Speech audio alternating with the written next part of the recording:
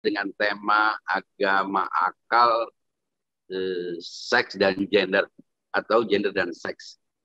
Pertama-tama kita harus bedakan dua hal, yaitu agama dalam pengertian doktrin yang sudah berkembang di tengah masyarakat dan agama dalam konstruksi logika yang sedang kita bicarakan. Jadi tidak perlu membenturkannya karena memang kita tidak sedang berdialektika dengan pandangan-pandangan lain.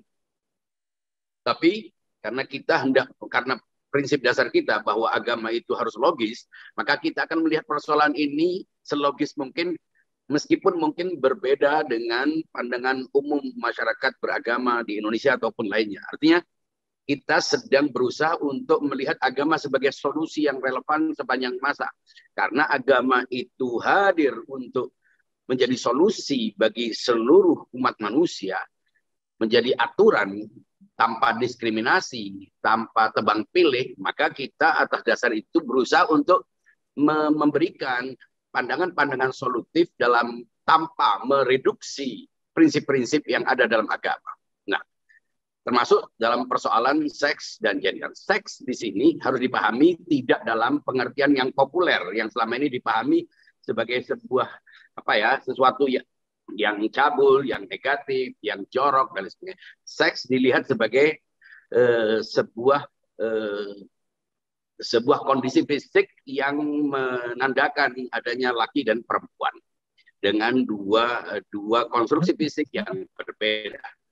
Kemudian gender adalah istilah baru yang berkembang belakangan ini, lebih luas pengertiannya dari seks, itu menyangkut maskulinitas, feminitas, fungsi, peran, konstruksi sosial, semuanya yang semuanya itu memang bisa dibagi menjadi dua, gender perempuan dan gender laki. Nah, itulah yang perlu dipahami tentang agama, apa yang kita maksud dengan agama akal, apa yang kita maksud dengan seks, dan apa yang kita maksud dengan gender. Itu kira-kira yang harus diperjelas. Semoga itu bisa dipahami oleh audiens agar tidak teraduk-aduk dengan apa yang selama ini berkembang di tengah masyarakat. Berdasarkan definisi yang common sense, dipahami bahwa seksualitas itu bukan sesuatu yang bisa diubah. Sedangkan gender adalah sesuatu yang bisa diubah. Seks itu merupakan sesuatu yang kodrati. Sedangkan gender merupakan konstruksi sosial, bukan kodrati, artinya tidak bisa diubah. Apakah begitu, Ustaz? Silakan. Sebagaimana kita ketahui bahwa dalam agama itu Allah Subhanahu wa taala sebagaimana disebutkan dalam ayat suci Al-Qur'an yang berbunyi inna khalaqnakum min dzakarin wa untha. Sesungguhnya aku ciptakan kau dari laki dan perempuan. Nah, ini harus dipahami bahwa ada penegasan bahwa tidak ada jenis kelamin kecuali laki dan perempuan. Artinya kita tidak perlu memasukkan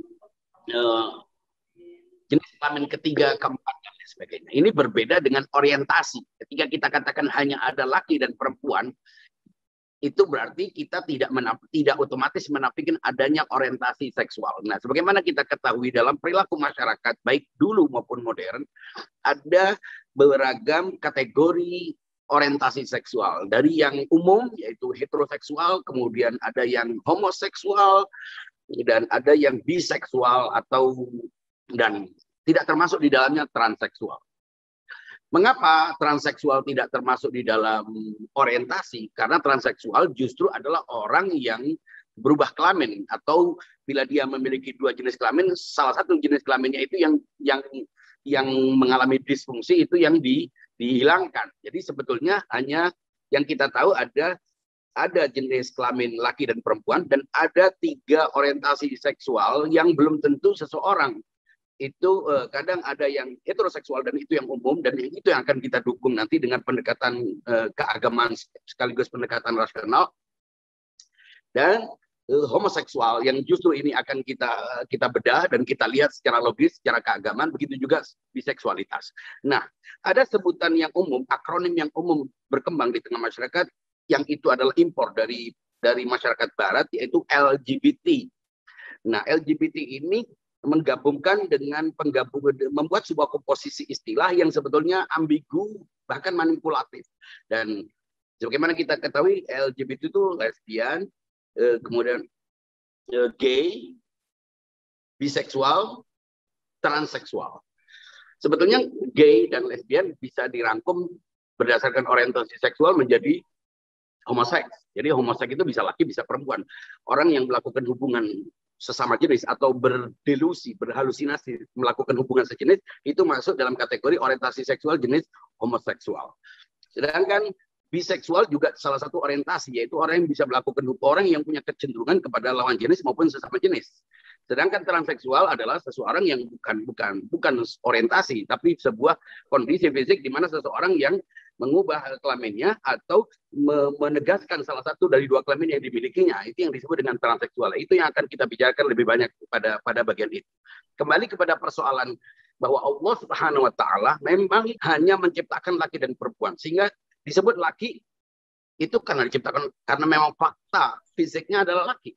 Disebut perempuan karena fakta fisiknya adalah laki. Jadi sebutan laki dan perempuan itu mengacu kepada seksualitasnya, pada perangkat fisik yang menandakan seseorang sebagai laki dan perempuan. Secara logis, sebetulnya disebut laki itu karena memberi.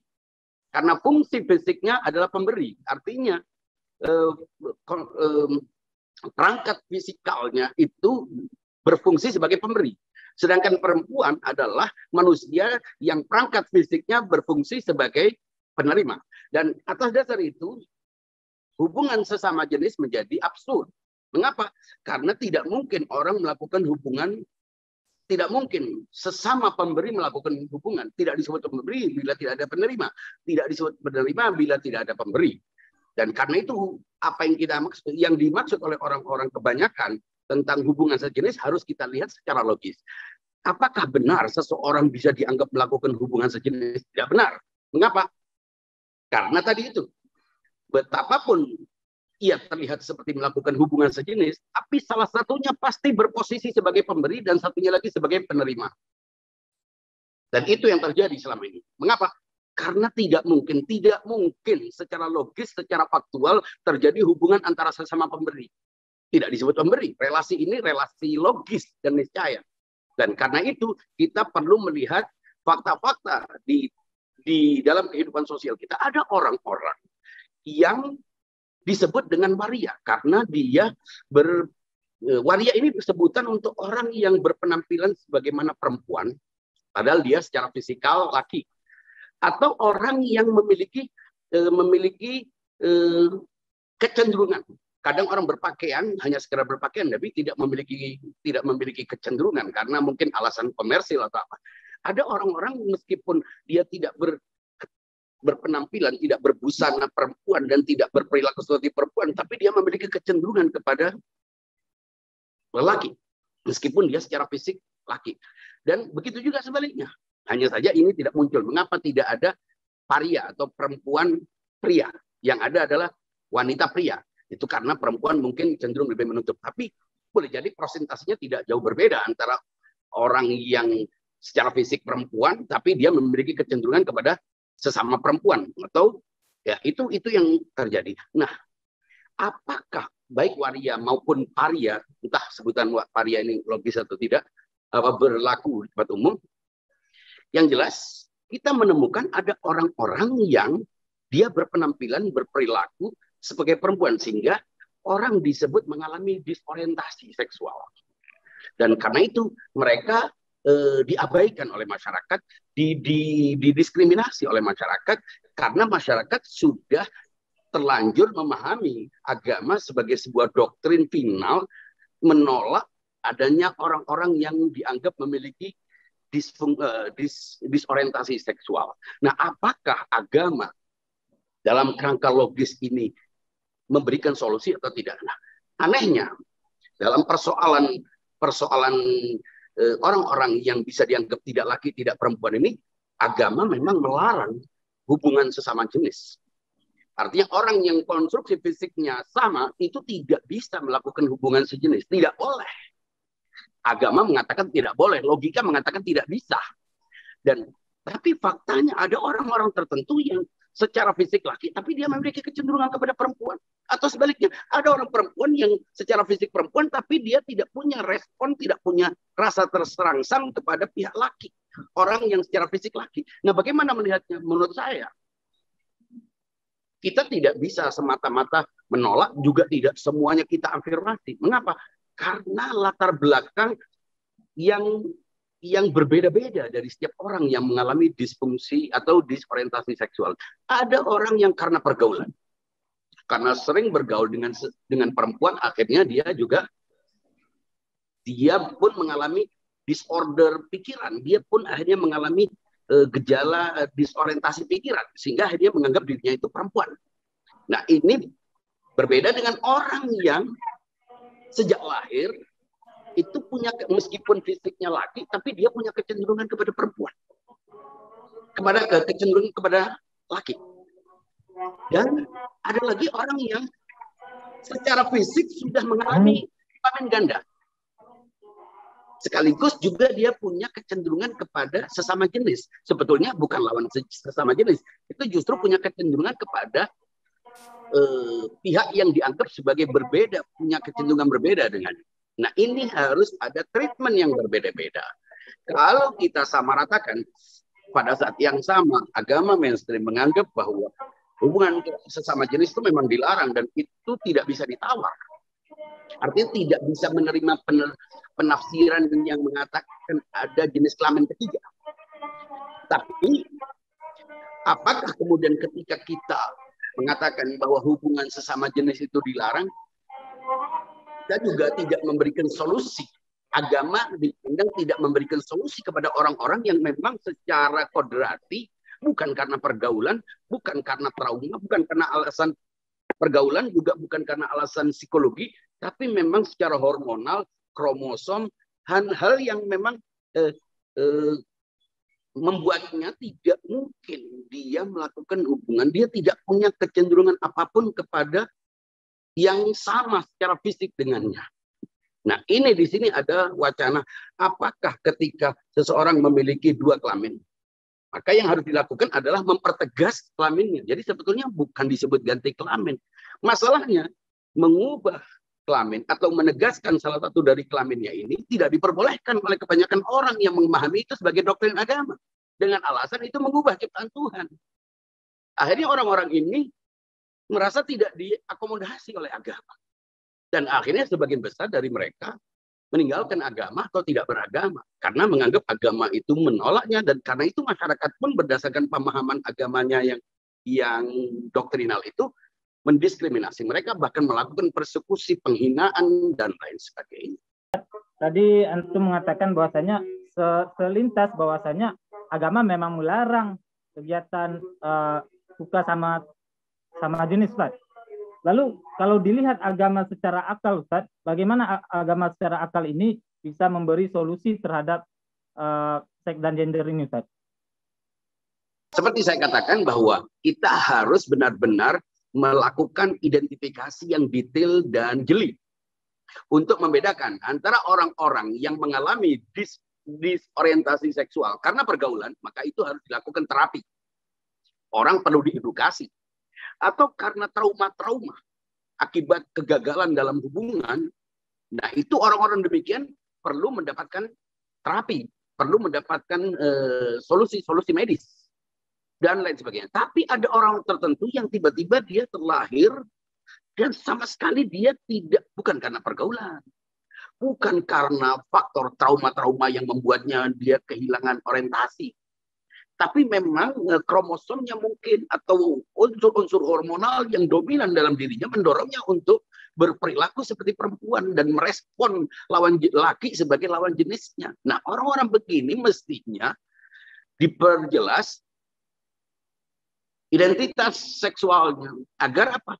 Kalau kita melarang mereka untuk melakukan hubungan sejenis, karena Al-Quran, agama jelas menolak itu, tapi kita juga tidak memberikan solusi yang relevan dengan alasan mengubah ganti kelamin atau mempertegas salah satu dari kelaminnya yang menghilangkan salah satu kelaminnya yang mengalami disfungsi, itu dianggap mengubah ciptaan Tuhan. Persoalannya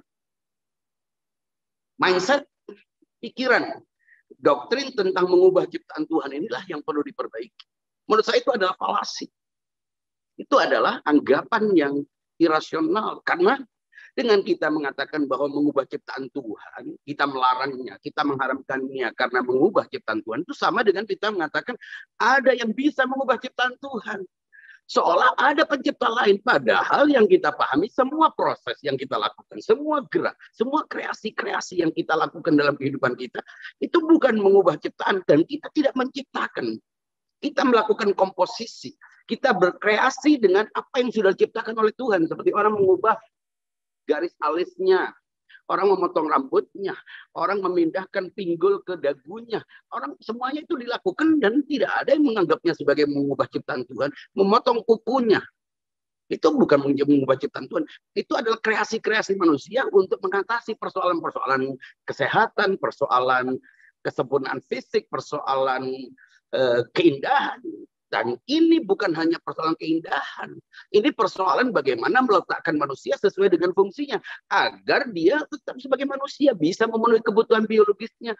Sekaligus dia mendapatkan identitasnya yang jelas dalam kehidupan sosial agar tidak mendapatkan perlakuan diskriminatif dan lain sebagainya. Nah, siapkah kita dengan itu mengubah mindset kita bahwa mengganti kelamin atau mempertegas identitas kelamin seseorang justru menghindarkan seseorang untuk tidak melakukan hubungan sejenis. Apakah predikasi tersebut kayak gitu berimplikasi pada gender? Karena kita sekarang kan lagi ngomongin seks dan gender yang sifatnya peranan, dan apakah predikasi pemberi dan penerima itu berdampak pada peranannya secara sosial, baik laki-laki maupun perempuan? Karena pada faktanya ada perempuan yang memberi kayak gitu, dan laki-laki ada yang menerima. Maksudnya dalam relasi peranan ya, bukan sebagai dalam fungsi-fungsi biologisnya kayak gitu.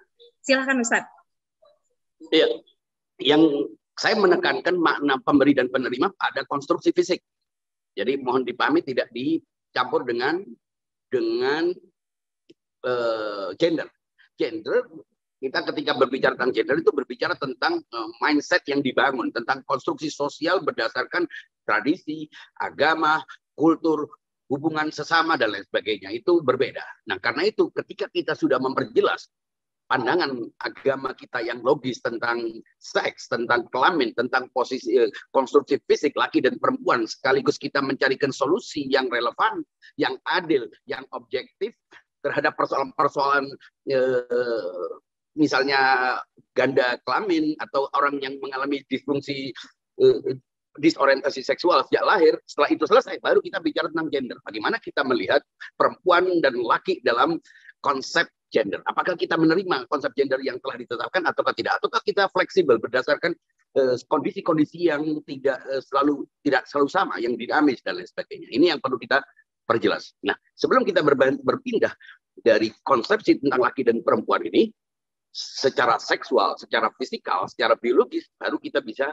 Menurut saya, hal yang perlu dipikirkan, tidak mungkin orang punya kecenderungan, punya rasa, punya suka, kalau dia tidak dipengaruhi oleh konstruksi fisiknya. Tidak mungkin. Pasti ada sesuatu. Dan saya yakin kedokteran atau ilmu kedokteran, teknologi kedokteran akan mampu menemukan ada semacam unsur fisikal baik dalam otak maupun dalam hormon yang mendorong seseorang untuk punya kecenderungan kepada orang yang dianggap sebagai sejenis. Tanpa itu tidak mungkin dia punya rasa. Ini yang perlu diperhatikan. Jadi tidak mungkin orang secara fisik sehat tiba-tiba punya kecenderungan kepada sesama jenis. Boleh jadi kalau memang bukan karena dipengaruhi oleh faktor pergaulan, karena selalu bergaul dengan sesama jenis, atau bahkan tidak pernah bertemu dengan lawan jenis, ini juga faktor.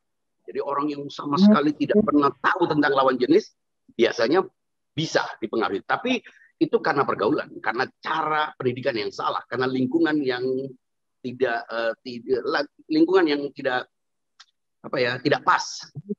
Ada juga yang karena justru terlalu sering kumpul dengan lawan jenisnya. Jadi tidak pernah kumpul dengan lawan jenis, atau terlalu sering kumpul dengan lawan jenis. Itu semuanya menciptakan sebuah deviasi, penyimpangan secara sosial, dan itu bukan problem. Solusinya bukan ganti kelamin, bukan mempertegas identitas kelaminnya, tapi solusi-solusi medis, solusi psikologis, dan lain sebagainya. Jadi menurut saya orang kalau tiba-tiba punya rasa, boleh jadi karena pergaulan, boleh jadi delusi bahwa dia terlalu cantik, merasa terlalu cantik untuk jadi laki, atau karena trauma, jenuh, kecewa, akibat perkawinan yang gagal dan sebagainya. Dan atau yang karena ketiga memang ada sesuatu yang secara biologis, secara fisikal, secara mental juga mempengaruhi perilaku dan kecenderungan seksualnya. Dan yang ketiga inilah yang kita hendak bicarakan, bagaimana memberikan solusi yang tidak cukup hanya dengan terapi, dengan hipno, dengan healing, dengan apapun. Dia harus ada sebuah tindakan yang bisa memposisikan dia untuk mempertegas identitas seksualnya. Itu kira-kira. Baik Ustadz. Nah, bagaimana terkait memang rasa suka sesama yang dianggap sesama jenis tadi Ustadz adalah bentuk dari kelainan Ustadz. Ada gangguan psikis misalnya Ustadz. Apakah itu bisa juga agama membolehkan dia ini untuk merubah kelaminnya Ustadz?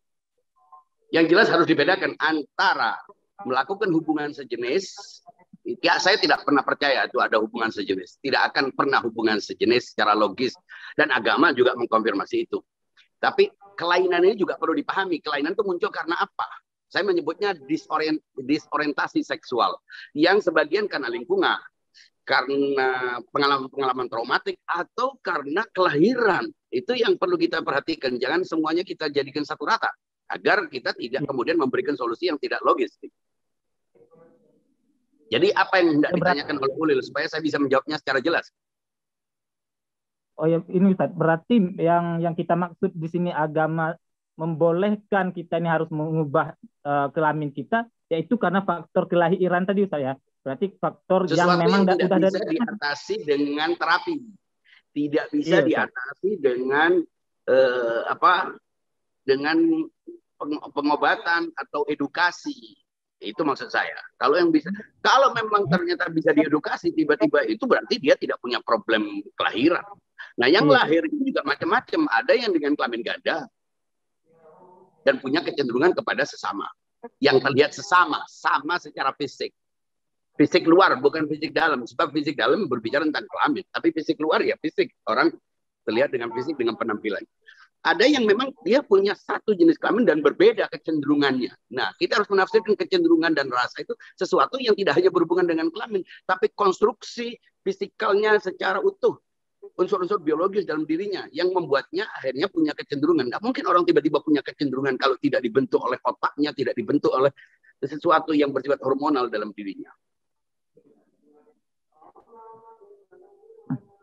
Oke, baik. Bagaimana kalau kita menyorot langsung dalam arena sosial ya Ustadz? Mereka yang memang mengalami itu, baik yang given maupun yang menurut Ustadz tadi konstruksi sosial. Bukan konstruksi sosial, terdampak dari lingkungannya, kayak gitu. Tapi pada saat yang sama, keduanya mengalami diskriminasi secara sosial, kayak gitu. Bagaimana agama hadir dalam fakta diskriminasi ini? Bagaimana kita harus bersikap kayak gitu? Karena yaitu tadi persekusi lain sebagainya. Bagaimana kita bisa mengatasi mereka-mereka yang melakukan diskriminasi terhadap orang-orang semacam ini? Terima kasih. Ya, saya kira masalah diskriminasi ini tidak berhubungan dengan agama sebetulnya. Tapi masyarakat cenderung menganggap pemahaman agama tertentu yang dominan itu dianggap sebagai agama. Padahal menurut saya, apapun yang kita pahami itu bukan agama, tapi pemahaman kita tentang agama. Jangan lupa, ada agama dan ada pemahaman keagamaan. Dan kita semuanya ini sedang berlomba dalam pemahaman keagamaan. Tidak berlomba dalam agama. Karena agama adalah sesuatu yang suci, yang sakral, berada dalam wilayah kesucian. Dia berada di altar keabadian. Dia di luar domain keterbatasan, nihilitas, subjektivitas, kenisbian, dan sebagainya. Kita sedang berlomba dalam kenisbian. Tapi berusaha untuk mendekati kebenaran yang mutlak itu dengan pemahaman yang logis, dengan tidak menabrak prinsip-prinsip yang sudah dianggap garis merah gitu. Itu prinsip-prinsip dasar dalam misalnya bahwa kelamin itu hanya ada laki dan perempuan. Ini selain secara tekstual doktrinal keagamaan juga secara logis juga didukung. Jadi dan atas dasar itu justru kita menentang adanya homoseksualitas. Nah, solusi untuk memberikan sebuah upaya mempertegas kelamin seseorang yang mengalami kelamin ganda itu justru mempertegas heterogenitas. Itu justru upaya untuk mengurangi homoseksualitas, praktek-praktek homoseksualitas, sehingga siapapun yang melakukan hubungan sejenis bukan karena konstruksi fisikal, bukan karena unsur-unsur biologis yang determinan dalam dirinya, itu harus diedukasi. Dan bila tetap melakukan pelanggaran, maka dia berhak untuk diberi sanksi. Nah, masalahnya kita tidak punya konstruksi itu. Kita tidak punya solusi itu. Yang kita lakukan hanya mendiskriminasi orang, mempersekusi orang-orang yang dianggap sebagai di luar mainstream, dianggap minoritas. Sebetulnya problemnya bukan kepada mereka sebagai korban, sebagai orang yang berbeda dalam memahami orientasi seksual. Tapi memang masyarakat umum yang terbiasa dengan pemahaman doktrinal itu menganggap semua yang minoritas, baik minoritas gender, minoritas keyakinan, minoritas etnik itu sebagai pihak-pihak yang memang harus diabaikan atau bahkan sebagian memusnahkannya, tidak menganggapnya sebagai human. Selama mereka bukan bagian dari kami, ya mereka harus diabaikan, dan itu sering terjadi. Selalu begitu. Misalnya mayoritas dalam persoalan keyakinan saja. Ini besok mungkin akan kita bahas, agama dan penistaan. Ketika seorang yang menistakan, menghina sebuah agama yang dianut oleh minoritas, mungkin gegap gempitanya kecil, sedikit getaran. Tapi ketika yang dihina adalah agama mayoritas, itu gegap gempita. Nah, mengapa demikian?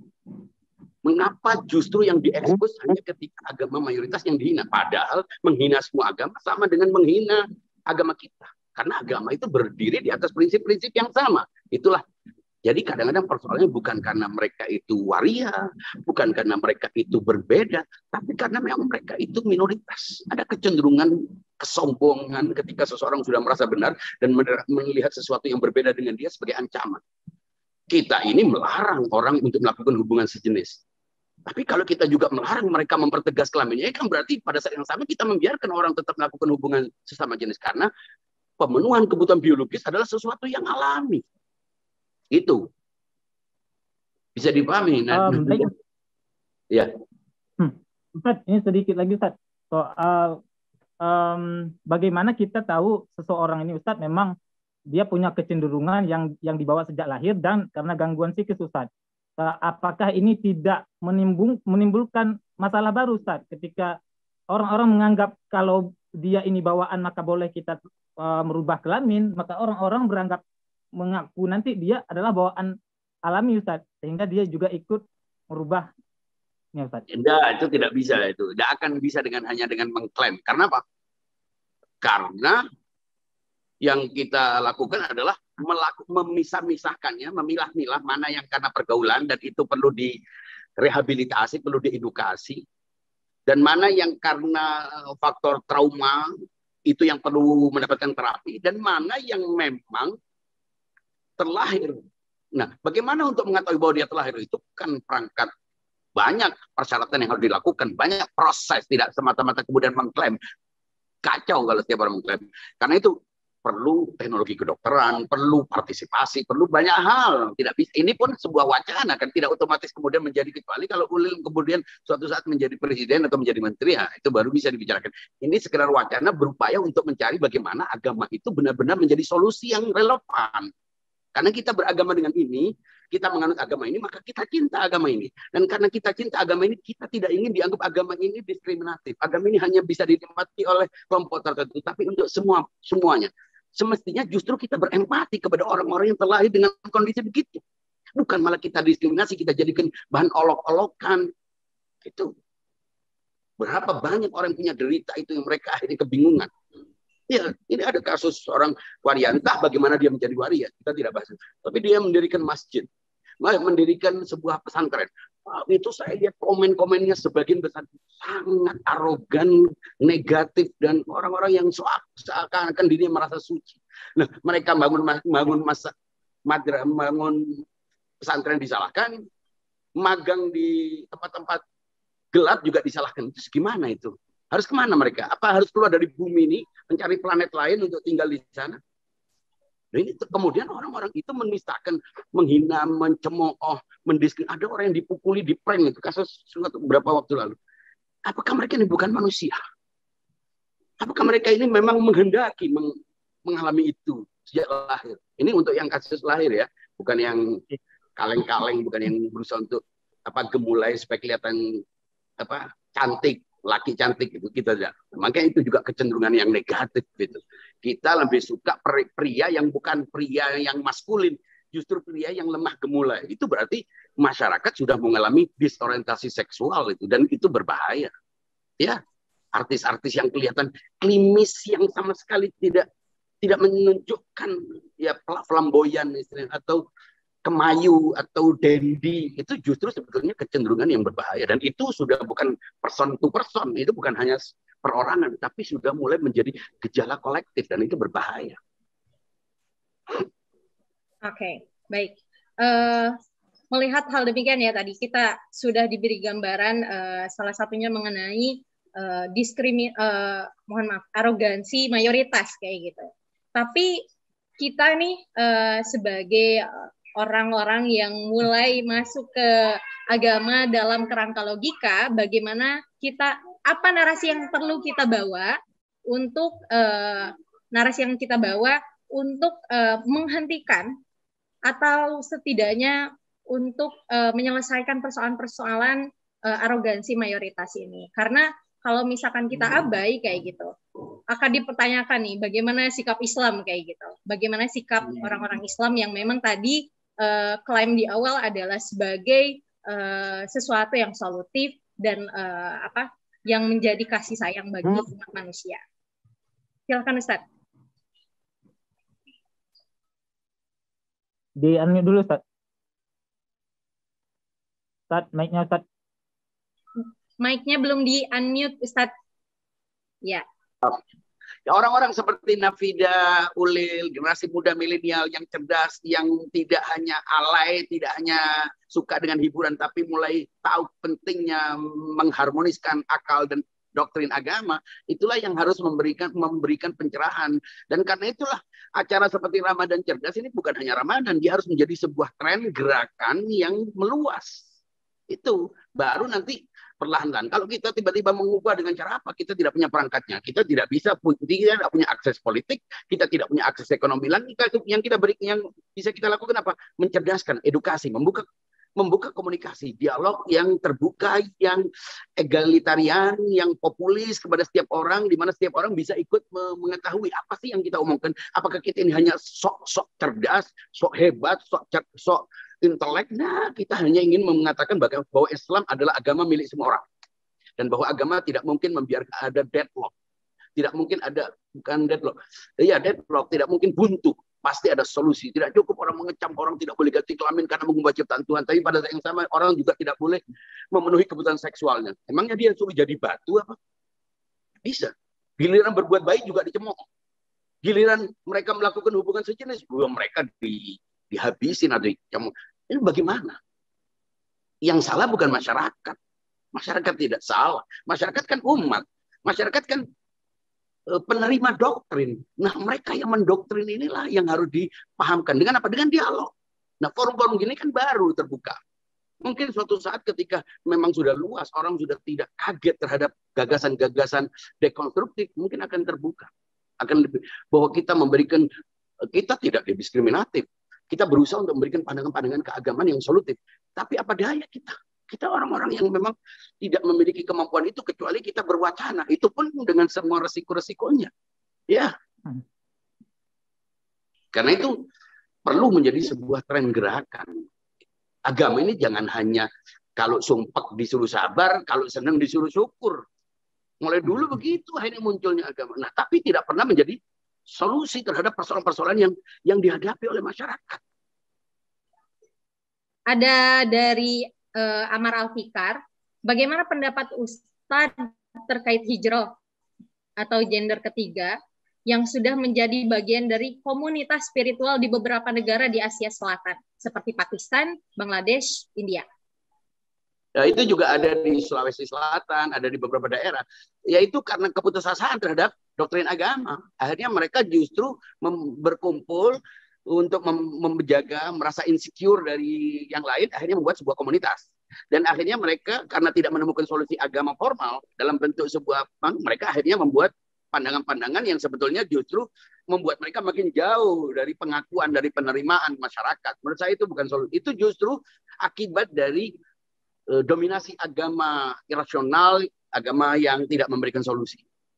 Dan kita bisa memaklumi itu. Saya berusaha untuk memaklumi, bukan membenarkan, tapi memaklumi. Ketika memang terkesan seperti agama tidak memberikan solusi, ya mereka harus mengamankan dirinya. Emangnya mereka suka menjadi beda? Ini yang kadang-kadang kenapa sih kita kok seperti orang janda? Emangnya siapa yang menjelekkan janda? Emangnya siapa yang suka jadi janda? Ini kan mindset yang salah. Jadi yang didiskriminasi itu banyak, bukan hanya waria, ya janda, perawan tua. Emangnya urusan apa perawan tua? Dia mau kawin nggak kawin, apa urusannya dengan kamu? Ini kan itu semua adalah akibat pisah ranjang yang cukup lama antara agama dan logika. Ya, saya mau tanya Ustadz tentang mengenai bagaimana supaya bisa menghindari zina gitu. Karena kalau saya membaca Al-Qur'an itu kan ada yang cerita Yusuf dan Zulaikha itu ya. Jadi Yusuf itu digoda Zulaikha dan sebenarnya Yusuf itu suka itu kan. Cuma karena gara-gara ada sinar yang di situ ada bapaknya atau gurunya itu langsung akhirnya hasrat untuk zina itu hilang. Lah, permasalahannya bagaimana kalau orang itu nggak punya guru atau gurunya sudah meninggal itu. Bagaimana cara untuk bisa menghindari perzinaan itu? Terima kasih Ustadz. Ya, insya Allah akan dijawab pertanyaan ini pada saatnya ya, karena kita sedang membicarakan tentang seks dan gender. Itu sebetulnya tidak harus ada gurunya. Guru itu bisa dalam bentuk guru yang luar, baru guru yang dalam. Imam Ali berkata, man lam yakun fi nafsihi wa'id, lam tanfa'ul mawa'id. Orang kalau tidak membangun penasihat dalam dirinya, tidak ada artinya nasihat orang lain. Artinya dia harus punya kesadaran, itulah gurunya. Pandangan-pandangan yang dia terima, hal-hal yang positif, hal-hal yang rasional, yang dia download masuk ke dalam pikirannya, mestinya itu menjadi guru yang memandu tindakannya. Jadi contoh Yusuf itu adalah sebuah dramatisasi peristiwa bagaimana manusia bisa menghindari ketika dia memiliki ketakwaan. Ketakwaan itu adalah sistem antisipasi terhadap keburukan-keburukan. Loh, kalau kita nunggu ulama setiap kali kita mau melakukan sesuatu kemudian kita terhindar karena melihat foto ulama atau ketemu ulama, itu kan tidak praktis itu. Jadi harus ditafsirkan arti guru itu adalah kesadaran kita tentang baik dan buruk, tentang akibat-akibat negatif dari perbuatan buruk itu adalah guru. Jadi kita maknai guru itu dalam pengertian yang lebih luas dari sekedar laula an ra'a burhana rabbih. Al-Qur'an sebetulnya tidak menyebut guru. Andai dia tidak melihat tanda-tanda Tuhan. Tanda-tanda Tuhan itu apa? Ya kesadaran kita tentang baik dan buruk, melihat hari kiamat di depannya, melihat Allah dengan maha kekuasaannya, itu semuanya bisa menghindarkan seseorang dari zina dan semua perbuatan-perbuatan buruk lainnya. Kita punya problem besar pada multitafsir nas-nas atau keterangan-keterangan syariat berkaitan dengan masalah ini. Multitafsir ini jadi bola salju yang terus membesar di zaman sekarang. Nah, yang saya mau tanyakan adalah bukan cuma di masalah ini kan sebetulnya multitafsir ini, tapi pada masalah ini area yang begitu luas yang menjadikan problem besar pada misalnya bahwa di sebagian kalangan Islam menerima perubahan gender. Di kalangan lain, oh iya nggak bisa. Apa yang disebut takdir gender itu ya laki-laki dan perempuan. Bahwa selama hidup Anda tidak bisa pindah cross gender ke seberang. Nah, poinnya adalah gimana mengatasi multitafsir ini, Ustaz? Bagaimana, Ustaz? Ini fakta di masyarakat kita. Jadi persoalannya kita tidak bisa menyatukan semua penafsiran. Tapi inilah arena kompetisi di mana setiap orang berhak untuk memilih sebuah penafsiran. Dan makin penafsiran ini makin logis, mestinya seiring dengan perkembangan kecerdasan manusia, umat masyarakat ini otomatis nanti mereka akan dihadapkan pada ketika jumlah orang-orang yang mengalami masalah itu makin banyak dalam keluarga, dalam hubungan antar sesama manusia, maka otomatis agama yang tidak memberikan solusi, agama yang hanya tegas terhadap, hanya menerima dua orang yang sempurna secara fisikal, tapi menolak orang-orang yang terlahir justru dengan posisi yang tidak sempurna, itu mau tidak mau akhirnya orang akan kembali kepada agama logika. Jadi menurut saya pada saatnya agama akal ini akan menjadi, agama akal itu adalah pandangan kita tentang agama secara akal, bukan kita mengubah agamanya. Karena seperti saya katakan, ketika kita sebut agama-agama itu sebetulnya pandangan kita, interpretasi kita, persepsi kita tentang agama, bukan agama itu sendiri. Dan karena sama-sama punya persepsi dan penafsiran, mari kita berdialog, mari kita bersaing untuk memberikan penafsiran yang logis, yang relevan tentang agama. Dan itu akan dilihat sebagai bahwa agama yang kita anut itu bukan agama kemarin sore, agama untuk segala zaman, untuk selamanya. Itu maksudnya. Tapi bahwa ada banyak penafsiran itu konsekuensi dari persepsi dan relativitas. Masalahnya apakah kita sepakat kepada juri penafsiran yang beragam itu dengan akal? Itu masalahnya. Ketika ada orang yang memang sejak awal dia menolak akal itu dalam agama, ya kita tidak bisa apa-apakan. Mau gimana? Tapi saya yakin pandangan yang logis akan makin lama makin diterima orang. Termasuk kajian ini kan selama ini kan orang kajian itu tidak dialektik. Tapi di luar dugaan saya awalnya ragu-ragu ini apa ada yang mengikuti, orang sulit untuk mendengarkan ini, orang lebih suka diberi ketimbang harus berdialektika. Ternyata di luar dugaan banyak peminatnya, dan itu menggambarkan betapa sekarang orang kecenderungannya untuk berdialektika, untuk sharing, untuk berpikir tentang sesuatu yang relatif selama itu kembali kepada koridor-koridor rasional yang tegas. Oke, tidak ada masalah. Dan ini tidak dibatasi oleh agama tertentu, keyakinan tertentu. Ini lepas, terbuka bagi siapapun, agama apapun boleh dianut, itu pilihan. Tapi rasio itu tidak beragama. Tidak ada agamanya rasio. Justru sebelum beragama, orang harus berakal dulu. Begitu kira-kira. Melihat dari justifikasi masyarakat yang apa-apa serba dikaitkan dengan iman, yang rapuh atau tidak kuat iman. Misal dalam hal disorientasi seks ini, yang dikaitkan dengan alasan tersebut. Apakah orang yang agamis atau hidup dalam lingkungan agamis bisa memiliki probabilitas untuk mengalami disorientasi seksual? Terima kasih. Ya, siapa saja bisa mengalami disorientasi seksual. Bahkan dalam lingkungan-lingkungan pendidikan agama, ketika tidak memperhatikan aspek-aspek pergaulan secara benar, misalnya tidak dipisah sama sekali, laki dan perempuan tidak boleh berhubungan sama sekali sampai usia dewasa. Dia tidak tahu apa itu lawan jenis. Dia tidak punya orientasi. Dan yang dia hubungi adalah laki. Dan ketika pubertas itu muncul, dorongan-dorongan seksual yang alami itu muncul, biasanya terjadi itu hubungan seksual sejenis. Baik yang tingkat rendah maupun sampai tingkat atas. Dan tidak sedikit yang keluar dari lingkungan agama itu justru adalah orang-orang yang sekarang sedang kita bicarakan. Ya, dan itu sering terjadi. Ada istilah-istilah khusus di situ, tapi tidak sedang kita bahas karena itu berhubungan dengan sesuatu yang menurut saya cukup tabu dan sensitif. Tapi bahkan orang-orang yang beragama di pondok-pondok atau di tempat-tempat tertentu yang memang dibatasi laki dan perempuan tidak boleh berhubungan. Akibat tidak boleh berhubungan justru akhirnya mereka karena ini alami, ya akhirnya mereka melampiaskan kebutuhan seksualnya secara tidak benar. Atau justru laki dan perempuan itu berkumpul sama sekali seperti tidak ada batas. Itu juga bisa orang mengalami disorientasi seksual. Jadi ekstremitas dalam pergaulan itu pasti melahirkan persoalan. Dan itu sangat banyak. Sangat banyak. Kita jangan meremehkan persoalan ini. Hanya kita katakan ini beriman, tidak beriman. Siapa yang bisa mengukur iman seseorang? Allah melarang kita untuk menganggap diri kita. Fala tuzakku anfusakum. Jangan sok suci. Wa a'lamu biman dhalla an sabilih. Wa huwa a'lamu biman ihtada wa huwa a'lamu bil muhtadin, ayat lain. Jadi nanti akan kita ketahui siapa yang beriman atau tidak. Memangnya dari orang yang mengalami disorientasi seksual itu berarti tidak beriman? Dia tidak ingin jadi begitu. Bahkan pelacur, kalau kita mau bicara tentang profesi pelacur yang sudah dianggap buruk, itu sebagian orang dipaksa untuk menjadi pelacur oleh suaminya. Bahkan dihancurkan hidupnya sehingga dia harus makan dari mana? Mereka meladeni orang-orang itu dengan menangis. Memang itu buruk.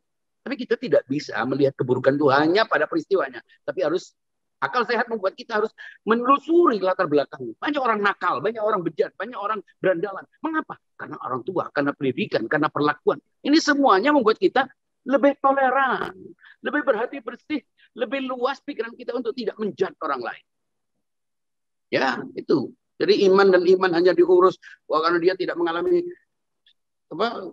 sebagian besar orang-orang yang terlihat waria itu sangat ramah, sangat lembut, bahkan lebih lembut dari perempuan. Itu karena apa? Mereka ingin benar-benar menjadi perempuan. Ya, ingin diperlakukan sebagai perempuan, bukan. Maka itu sebutan waria saya tidak setuju. Nggak ada namanya waria, yang ada wanita dan pria. Tinggal salah satunya yang punya masalah mempertegas identitasnya, mau jadi wanita atau pria. Sebutan waria itu saya secara pribadi menolak, karena itu sama dengan mengkonfirmasi adanya kelamin ketiga. Baik yang lesbian maupun yang gay. Dua-duanya menurut saya adalah salah satu. Kalau nggak laki ya perempuan. Begitu. Apalagi secara logis memang begitu. Di persoalan disabilitas seksual itu ada yang karena kelahiran, ada yang karena pergaulan, ada yang karena trauma. Nah, yang karena trauma dan karena pergaulan itu harus direhabilitasi, harus dirapikan, harus disehatkan. Karena bukan itu yang kita bicarakan. Yang kita bicarakan adalah sekelompok orang yang tidak mengalami disorientasi seksual. Mereka punya orientasi seksual tapi berada dalam kelamin yang dalam fisik yang tidak sama dengan orientasinya. Jadi kita tidak sedang mendukung orang yang mengalami disorientasi seksual. Sebutan disorientasi itu ketika orang tidak punya orientasi atau penyimpangan orientasi. Ini tidak menyimpang. Kebetulan dia memang suka, tapi kebetulan fisiknya berbeda dengan kesukaan yang sebetulnya itu adalah buah dari konstruksi biologisnya. Jadi konstruksi biologisnya dengan kelaminnya tidak sama atau kelaminnya berganda, itu maksud saya. Jadi kita tidak sedang berbicara tentang disorientasi seksual. Kita menentang homoseksualitas. Kita menentang biseksualitas. Karena sejak awal kita katakan itu tidak logis. Karena posisi laki dan perempuan secara fisikal adalah pemberi dan penerima. Terserah mau jadi pemberi atau penerima. Pokoknya tidak ada yang ketiga.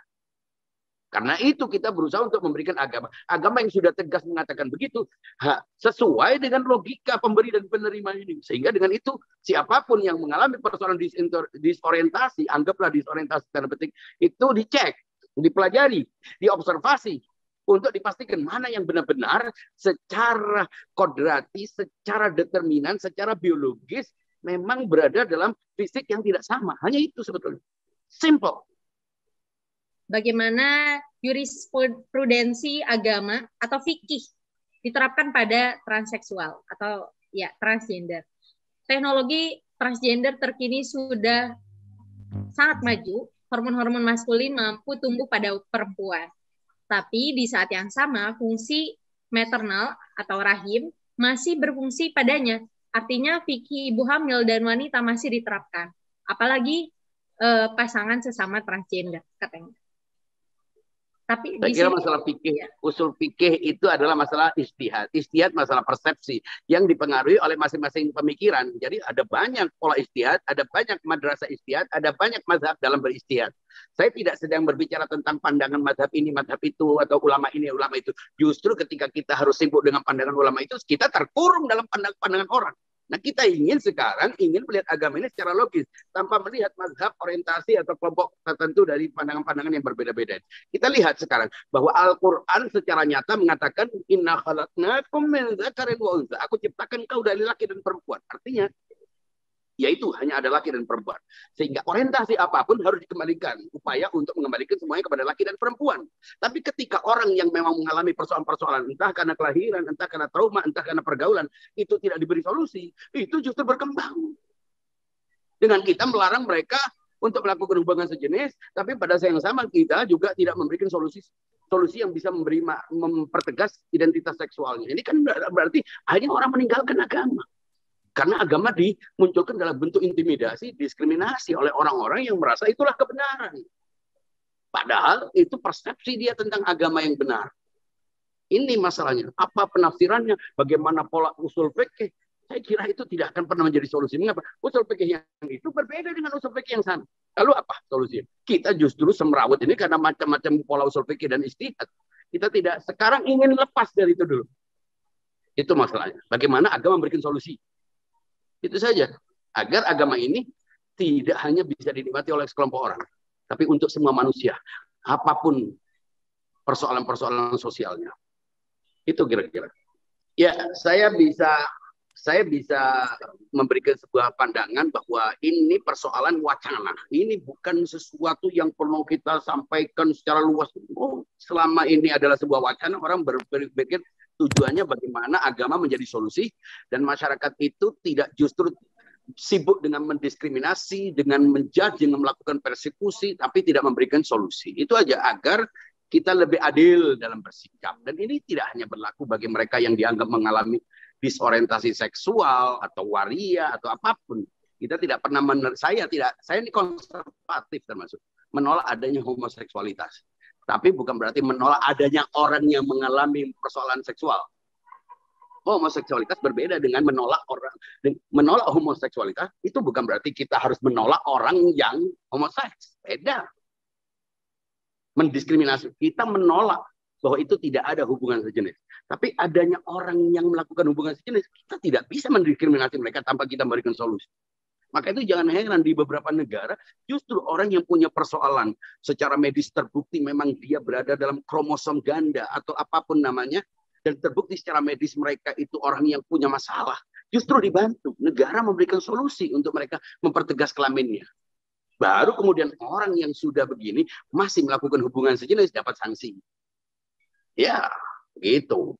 Nah, persoalan ini tentu terkait dengan posisi laki dan perempuan yang belum kita bahas. Mungkin suatu saat kita akan bahas agama dan laki dan perempuan. Bagaimana posisi laki dan perempuan dalam agama. Agama dalam konstruksi logika tentunya. Itu saja.